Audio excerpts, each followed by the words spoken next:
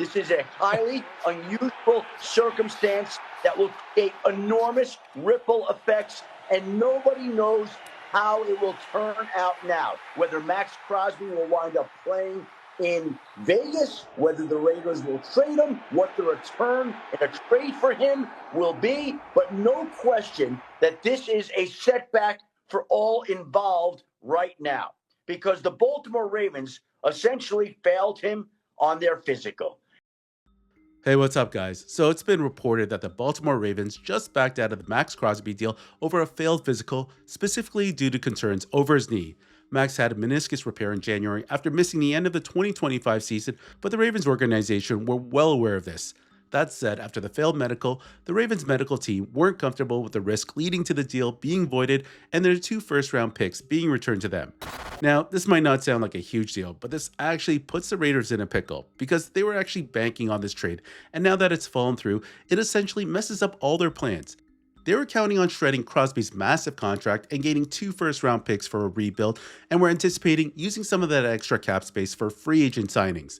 Anyways, have a listen to what Will Compton and Chase Daniels had to say, because they were one of the first couple people to react to this story, and Will actually brings up an interesting point and calls out the Baltimore Ravens, saying that something ain't adding up or making sense. Have a listen.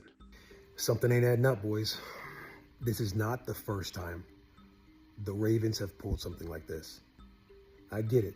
Max is coming off of his knee, but you've seen videos of him operating on his knee, playing basketball. Like, I don't doubt Maxx Crosby is going to be ready to go.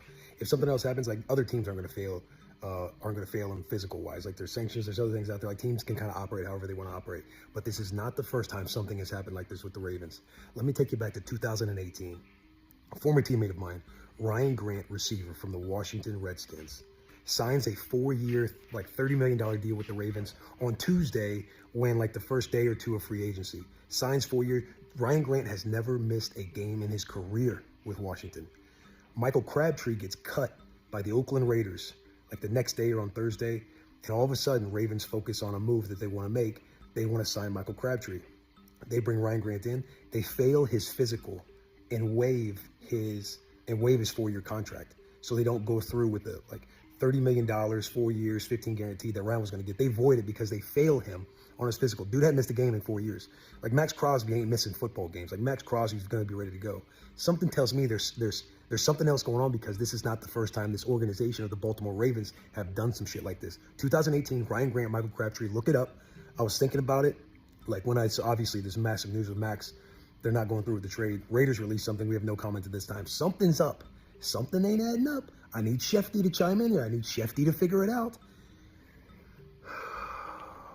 That's fucking crazy, man. So what, the Raiders just don't get the first-round picks? They signed all these free agents yesterday. What do they do with Max now? Like, they're assuming Max went on the roster. They're going to have all this cap, this money.